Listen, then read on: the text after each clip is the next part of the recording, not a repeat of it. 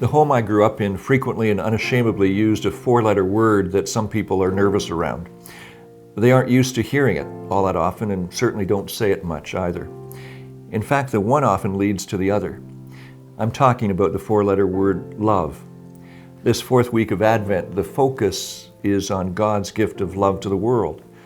Many of us have memorized John 3:16, that verse about God loving the world so much that He gave His only Son, that whoever believes in Him should not perish but have everlasting life. But did you know that God has loved you from before time? Jeremiah 31 verse 3 makes this incredible statement. God says, "I have loved you with an everlasting love. Therefore I have continued my faithfulness to you." In that passage, God was talking to the people of Israel, but that same promise holds true for us as well.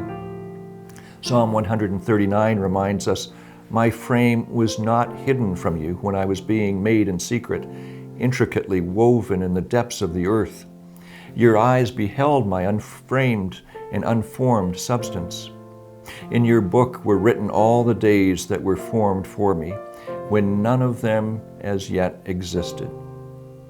There are people who rarely, if ever, hear a family member or even their closest friends tell them that they're loved. And yet one of the deepest yearnings of the human soul is to love and be loved. For those who have never been on the receiving end of love, and I don't mean romantic love, but genuine, selfless love, it is doubly hard for them to know how to express it. They have yet to experience love, as the Apostle Paul describes it when he says that love never gives up. It cares more for others than for self.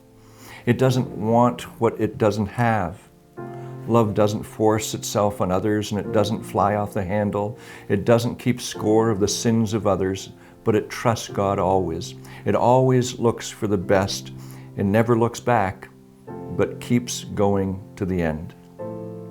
Advent prepares us to receive that love, God's love, whether we've experienced it in our daily lives or missed out on it altogether.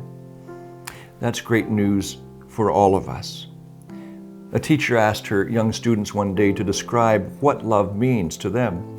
And Rebecca, who was 8 years old at the time, shared this illustration. She said, "When my grandmother got arthritis, she couldn't bend over and paint her toenails anymore, so my grandfather does it for her all the time, even when his hands got arthritis too. That's love," she said.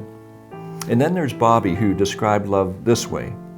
He said, "Love is what is in the room with you at Christmas if you stop opening presents and listen." I wonder how many of us know what 7-year-old Bobby knew then. Christmas, it's about opening ourselves to be loved by the God who gives us life and still wants to give us eternity. That baby born in a stable in Bethlehem over 2,000 years ago, well, he's God's greatest gift. Jesus came into this world to let you know that you are loved by God.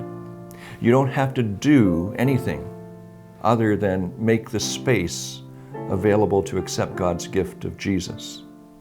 Because Jesus is the love of God. As Henry Nouwen puts it, He is God's most radical attempt to convince us that everything we long for is indeed given us. What God asks of us, he says, is to have faith in that love. We enjoy having your company. If there's something that you want us to pray about for you, just let us know. I'm Craig Rumble. Thanks for being together with us at Markham Baptist Church.